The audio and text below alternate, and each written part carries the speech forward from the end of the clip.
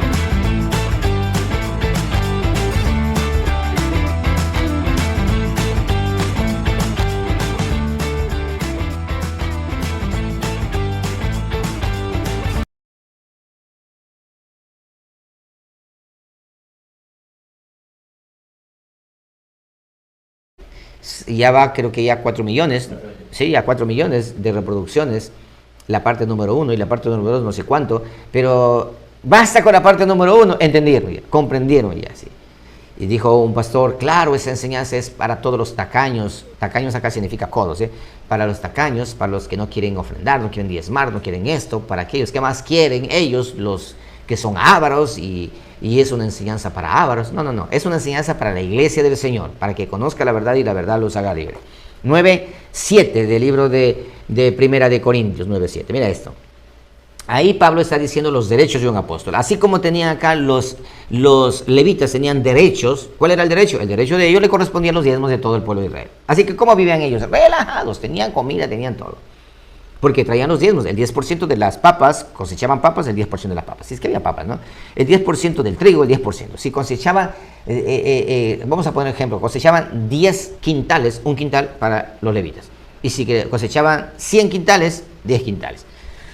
Y si cosechaban 1000, 100. Imagínate, ¿cuánto tenía? ¿Le faltaba? No le faltaba. ¿Por qué? Porque Dios no es deudor de nadie. A sus siervos Dios los guarda, los protege y los alimenta. Porque eso dice en el Nuevo Testamento, dice, el obrero es digno de su salario, pero no está hablando de dinero, dice, el obrero es digno de su alimento, o sea, debe tener alimento, como dice el apóstol Pablo, teniendo alimento, teniendo abrigo y teniendo sustento, estoy contento, sí, estoy contento, dice. Y sé vivir cuando hay y sé vivir cuando no hay también. Pero Dios no es deudor de nadie cuando hacemos la obra de Dios. Entonces mira lo que dice, aquí dice los derechos de un apóstol. Está hablando de los derechos de un apóstol, así como tenían antes los derechos los sacerdotes también. Versículo 7. ¿Quién fue jamás soldado a sus propias expensas? Eso ya es en el Nuevo Pacto. ¿Quién fue jamás soldado a sus propias expensas? ¿Qué significa eso? ¿Quién fue a la milicia pagando él mismo todo su sostenimiento, comida, todo eso? No, nadie va al ejército a pagar todo. Allá tienen que darle todo, ¿Quién planta viña y no come de su fruto? O sea, yo planto una viña y me prohíben comer de mi fruto. No, eso no se hace. Dice, ¿y quién apacienta el rebaño y no toma de la leche del rebaño? Está diciendo, ese es el derecho que me asiste a mí como predicador. ¿De qué? De disfrutar de la producción que da la vid, que da el rebaño, que da esto. Sí, Señor, pero no abusar de eso. Pero ya ves, versículo 8. Digo esto solo como hombre. ¿No dice esto también la ley? Está tomando la ley. Porque en la ley de Moisés está escrito, no pondrás bozal al buey que trilla. ¿Tiene Dios cuidado de los bueyes?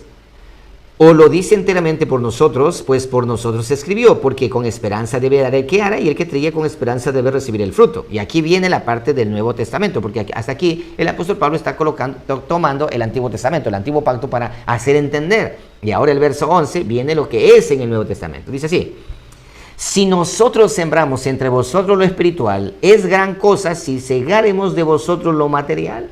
O sea, si nosotros le compartimos el Evangelio y la palabra permanentemente a vosotros, juzguen ustedes mismos. ¿No creen que esto es lo correcto, de que ustedes también lo material siembren en nosotros? Y no está diciendo tienen que diezmar, tienen que... No. Sino vayamos a la lógica y vayamos a la sensatez y vayamos a lo correcto.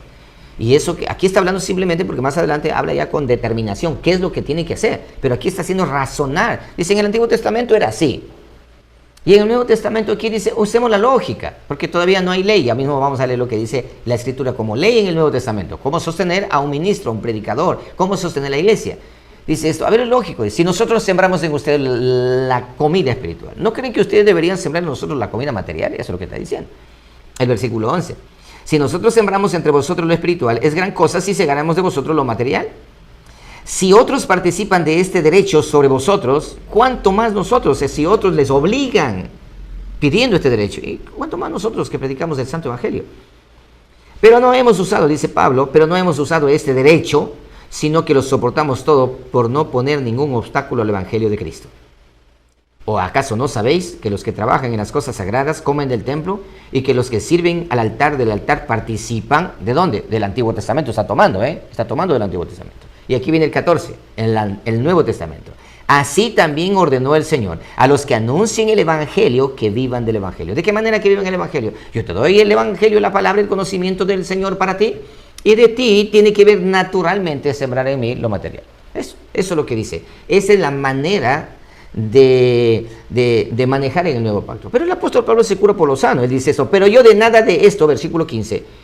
Pero yo de nada de esto me he aprovechado, ni tampoco he escrito esto para que se haga así conmigo, porque prefiero morir antes que se desvanezca, antes que nadie desvanezca esta mi gloria.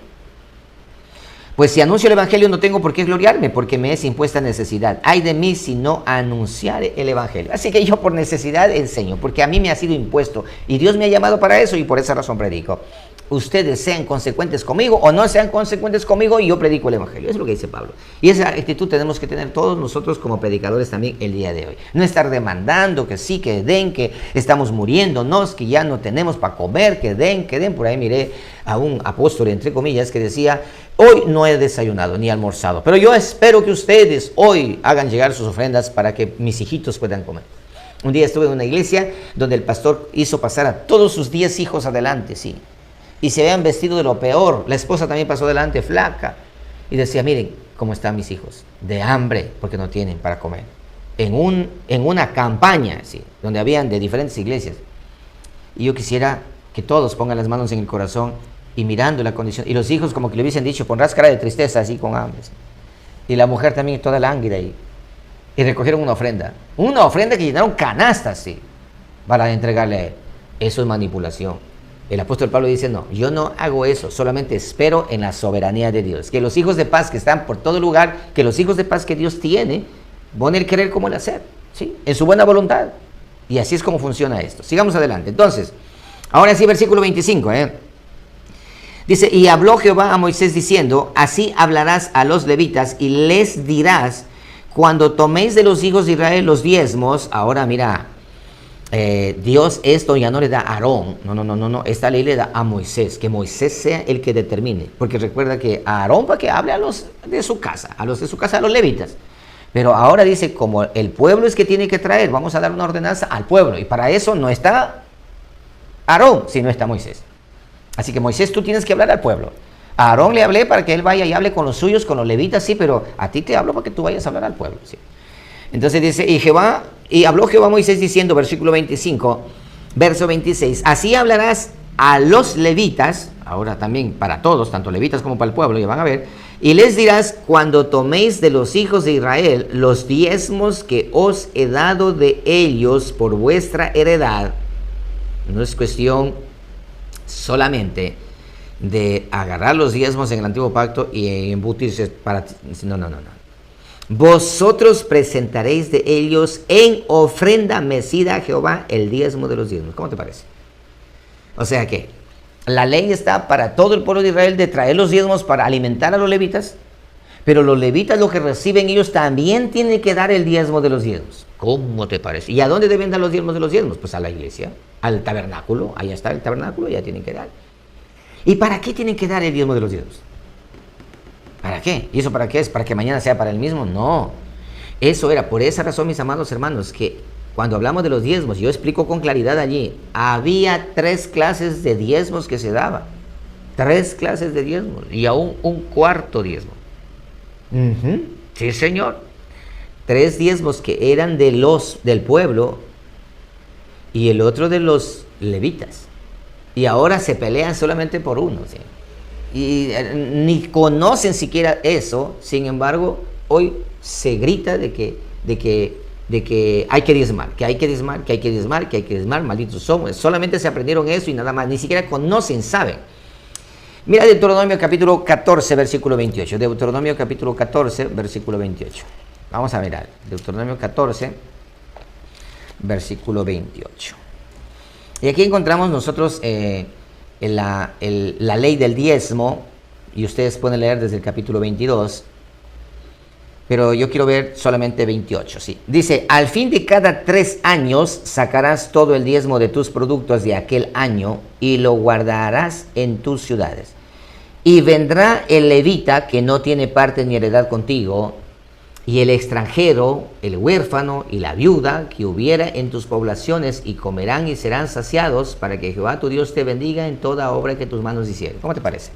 Así que los diezmos de los diezmos es para los pobres, hay que entregarle a los pobres. Pregunten ahora a esas iglesias y esos pastores que piden diezmo, a ver si es que ellos dan a los pobres. Pregunten a ver si es que dan. No, ellos siguen enriqueciéndose desmedidamente. Entonces dice... Así hablarás a los levitas y les dirás, cuando toméis de los hijos de Israel los diezmos que os he dado de ellos por vuestra heredad, vosotros presentaréis de ellos en ofrenda mecida a Jehová el diezmo de los diezmos. 27. Y se os contará vuestra ofrenda como grano de la era, o sea, se va a contar la ofrenda de ellos que traigan el diezmo de los diezmos como que si hubiesen cosechado, Y se os contará vuestra ofrenda como granos de la era y como producto del lagar, versículo 28. Así ofreceréis también vosotros ofrenda a Jehová de todos vuestros diezmos que recibáis de los hijos de Israel, y daréis de ellos la ofrenda de Jehová al sacerdote Aarón. También ellos dan al sacerdote Aarón. Muy bien. Ahora, ¿cómo es? Ahora ellos deberían dar a todos los pobres, viudas, pobres, huérfanos y todos los barrios marginales deberían dar. ¿Cuánta cantidad de dinero reúnen con diezmos? De manera vergonzosa, sí. Pero bueno, bien dice la Escritura, mi pueblo perece por falta de conocimiento. Por falta de conocimiento mi pueblo perece. Muy bien, sigamos entonces. Dice, ¿dónde que estábamos? 29. De todos vuestros dones ofreceréis toda ofrenda a Jehová, de todo lo mejor de ellos ofreceréis la porción que ha de ser consagrada. Versículo 30. Y les dirás, cuando ofreciereis lo mejor de ellos, será contado a los levitas como producto de la era, como si fueran que ellos cosecharon, y como producto del lagar, como que si fuera que ellos sembraron y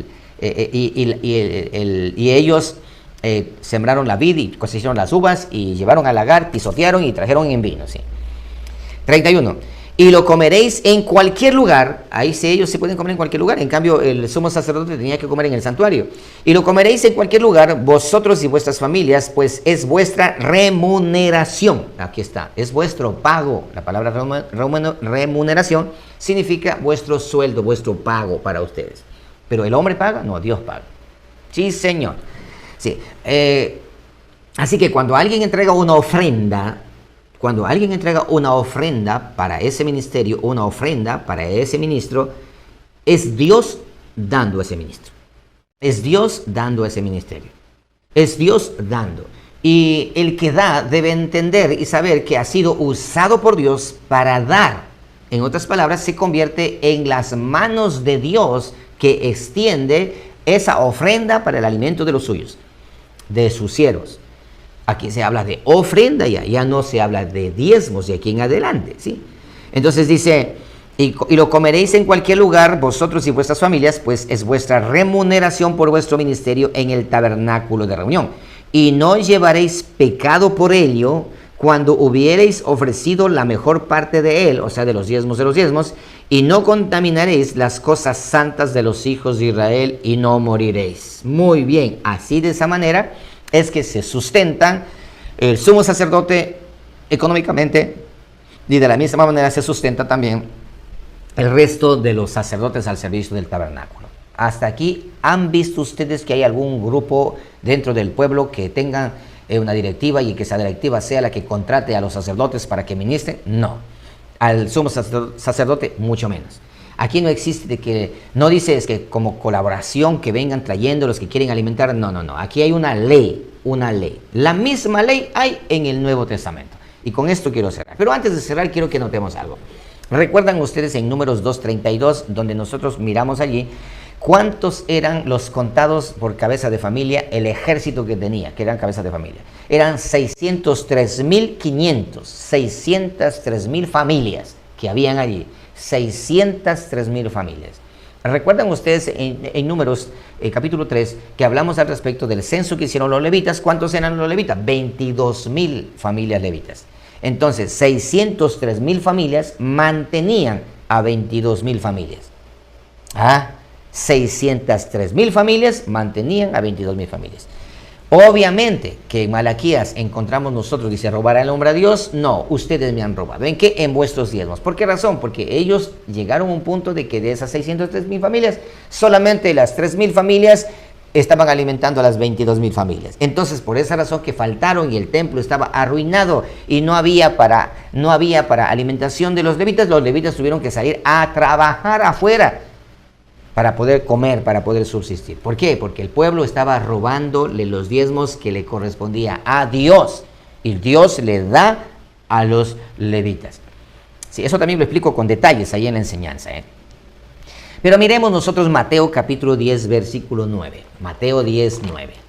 Para dejarlo aquí clarito, esta partecita, Mira lo que dice allí, ¿sí? Aquí vamos. ¿Cómo es que ahora en el nuevo pacto la iglesia se sostiene?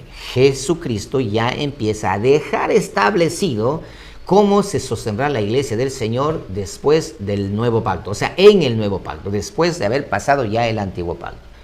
Y dice lo siguiente, ¿de qué manera? Aquí está la misión de los 12 que envían para que vaya a predicar, o sea, ese es el inicio de la predicación del evangelio en el mundo entero. Leamos desde el versículo 5 para que quede claro. A estos 12 envió Jesús y les dio instrucciones diciendo: por camino de gentiles no vayáis y en ciudades samaritanos no entréis, sino id antes a las ovejas perdidas de la casa de Israel. Y yendo a predicar diciendo, mira la predicación, el reino de los cielos se ha acercado, sanad enfermos, limpiad leprosos, resucitad muertos, echad fuera demonios, de gracia recibiste, dad de gracia. Ok, aquí vamos. No os proveáis de oro, ni plata, ni cobre en vuestro cinto. O sea, no te preocupen ustedes por estar con dinero, buscando dinero, financiándose, sacando préstamos para ir a predicar. No, eso no hagan ustedes. Ni de alforja para el camino, ni de 2 túnicas, ni de calzado, ni de bordón, porque el obrero es digno de su alimento. Este es el contexto del salario. El obrero es digno de su salario. ¿Y el salario es dinero? No, el obrero es digno de su alimento. O sea, sostenimiento. Igual que en el antiguo pacto. Pero ¿de qué manera? Aquí viene el punto. ¿De qué manera es que se va a sostener? Dice así. Mas en cualquier ciudad o aldea donde entréis, informaos quién en ella sea digno. Vamos a ver quién es ese digno. Y posad allí hasta que salgáis. Y al entrar en la casa, saludadla. Y si la casa fuere digna, vuestra paz vendrá sobre ella. Mas si no fuere digna, vuestra paz se volverá a vosotros. Y si alguno no os recibiere ni oyere vuestras palabras, salid de aquella casa, oh ciudad, y sacudid el polvo de vuestros pies. De cierto os digo que en el día del juicio será más tolerable el castigo para la tierra de Sodoma y la de Gomorra que para aquella ciudad. ¿Qué es lo que está aquí mencionando? ¿Sí? ¿Qué es lo que está aquí mencionando? Lo que está aquí mencionando es de que va a haber casas en las cuales va a estar ciertas personas, a los cuales en el libro de Marcos lo dice que son los hijos de paz, que van a ser los que alimenten, para que los que van a proveer el salario de sus predicadores. Yo tengo en diferentes casas. No en toda casa está, pero sí hay en ciertas casas. Ahí donde está el Hijo de paz, dice el libro de Marcos. El Hijo de paz, el que sostendrá a mi siervo de Dios. O sea, no se preocupen, ustedes, acá ya no es todo el mundo, ya no es todo, porque recuerda que ahora Israel está por todo el mundo. Dice, ya no, mis hijos, pero tengo mis hijos en diferentes lugares, en diferentes partes, que ellos sostendrán el ministerio, ellos sostendrán tu casa, ellos sostendrán tu familia. Pero no todos, sino ciertas personas, solamente ciertas personas. Leamos eso de Marcos capítulo 6. Vamos a Mateo, Marcos capítulo 6, para que lo leamos aquí. El Hijo de paz. Ya lo he compartido también esto, pero ahora miremoslo aquí. Sí. 6, el capítulo 6, versículo 10. Aquí vamos, hablando acerca de los 12 discípulos. Dice, y les digo, donde quiera que entréis en una casa, posad en ella hasta que salgáis de aquel lugar. Y si en algún lugar no os recibiereis ni oyeren, salid de ella y sacudid el polvo que está debajo de vuestros pies. Espérese un momentito, este no es el versículo. Bueno, ese es el versículo del juicio, ¿no? Del juicio de Dios que se va a dar. Espérate un momentito, vamos a ver acá. Espérate tantito. El Hijo de paz. Lucas 10. Entonces Lucas ha sido. Lucas capítulo 10. Ah, sí, acá está. Ok. Mira, esto dice así. Lo mismo se repite. Versículo 12 dice, y les dijo, la mies a la verdad es mucha, mas los obreros pocos, por tanto rogad al Señor de la mies que envíe obreros a su mies. Estamos Lucas capítulo 10, versículo 13 en este momento. He aquí yo os envío como corderos en medio de lobos, no llevéis bolsa, ni alforja, ni calzado, a nadie saludéis por el camino. En cualquier casa donde entréis, primeramente decid, paz sea a esta casa, paz sea a esta casa. Y si hubiere allí algún hijo de paz, identificado esta casa de Mateo, y si hubiera allí algún hijo de paz, vuestra paz reposará sobre él, y si no, se volverá a vosotros. Ahora, y posad en aquella misma casa, comiendo y bebiendo lo que os den. ¿Quién es el que va a dar de comer y beber? El que está allí. ¿Cuál? El Hijo de paz. Comiendo y bebiendo, porque el obrero es digno de su salario. En Mateo dice el digno de su alimento. ¿Y quién va a dar? El Hijo de paz. Así que, entonces dice, no os paséis de casa en casa, no anden pidiendo a uno y a otro, no, sino que Dios va a proveer un hijo de paz, y ese hijo de paz va a mantenerte de manera permanente. Sí, Señor, así como a los sacerdotes en el Antiguo Testamento. En el Nuevo Testamento es así. No es que la directiva, no es que la iglesia tiene que pagarte un sueldo ni asegurarte, no, es Dios que te asegura, es Dios que te paga. ¿A través de qué? A través de los hijos de paz. Esa es mi respuesta siempre, y es más, tengo una enseñanza que se llama pastores asalariados. ¿Es bíblico o no? Sí, o herejía. Entonces, ahí le explico, porque más de uno me ha preguntado a mí, me dice, pero pastor, ¿y usted cómo hace? Si usted no cobra, si usted no hace nada, ¿cómo es que sobrevive? ¿Cómo es que usted sobrevive si usted no cobra sueldo? Pues yo ya entendí la palabra, espero en Dios, y Dios mueve los hijos de paz permanentemente. Entonces dice, que no anden de casa en casa. Versículo 8, en cualquier ciudad donde entréis y os reciban, comed lo que os pongan delante. Este es el punto. Recibe lo que te den. La ofrenda que te den, dale gracias a Dios. Porque esto es lo que Dios le agrada que te den. Y podemos seguir leyendo, ustedes pueden leerlo allá. Pero, ¿cómo hay que hacer esto entonces? Los hijos de paz, ¿de qué manera deben organizarse para que todo esto funcione de la mejor manera? Primera de Corintios capítulo 9, ya este sí es el último versículo, bueno, no el último, vamos a tomar otro más, para que quede claro esta parte. Primera de Corintios capítulo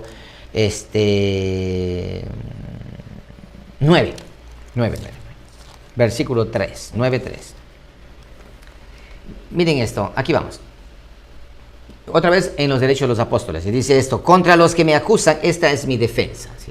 Porque le estaban acusando a Pablo de que Pablo era un vividor y que Pablo vivía del evangelio y que tantas cosas. ¿Acaso no tenemos derecho de comer y beber? Punto 1. O sea, ¿qué cosa? El salario. ¿Acaso no tenemos derecho de salario? Comer y beber, que es nuestro salario. ¿No tenemos derecho de traer con nosotros una hermana por mujer, como también los otros apóstoles y los hermanos del Señor y Cefas? O sea, ¿acaso nosotros no tenemos derecho de casarnos también? Por supuesto que sí. ¿O solo yo y Bernabé no tenemos derecho de no trabajar? O sea, nosotros no trabajamos, pero servimos al Señor. Que trabaje ese vago, que no trabaja. Claro que hay pastores vagos que no trabajan, no ministran la iglesia y tienen a la iglesia lánguida en cuanto a la palabra se refiere, se la pasan en política, se la pasan en muchas cosas. Bueno, ahí sí tienen toda la razón de no darle nada, se lo merecen, ¿eh? Dice, ¿quién fue jamás soldado a sus propias expensas? ¿Y quién planta bien y no come de su fruto? ¿Y quién apacienta el rebaño y no toma la leche del rebaño? Eso ya le expliqué. Ya expliqué hace un momento, ¿eh?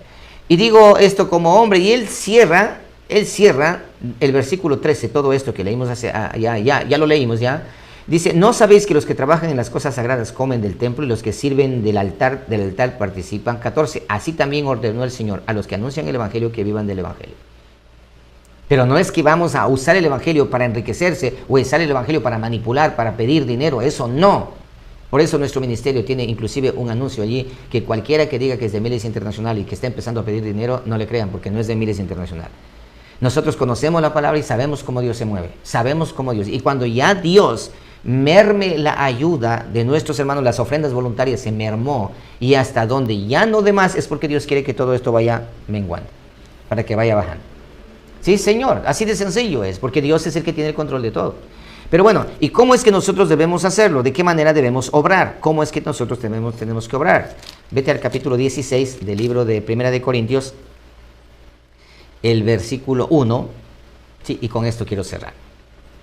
Porque ya al respecto de este tema, las ofrendas están vigentes, pero las ofrendas son voluntarias, no son ofrendas impuestas o colocadas como presión, no, son ofrendas voluntarias. Por otro lado, también las ofrendas es como propone el corazón del que va a ofrendar. Anteriormente era el 10%, ahora es libre. Puede ser el 10, puede ser el 5, puede ser el 15, puede ser el 20 o puede ser el 1%. Eso es algo que el corazón de la persona es motivado y movido por Dios, mas no por su ambición o por su avaricia o por querer tener más.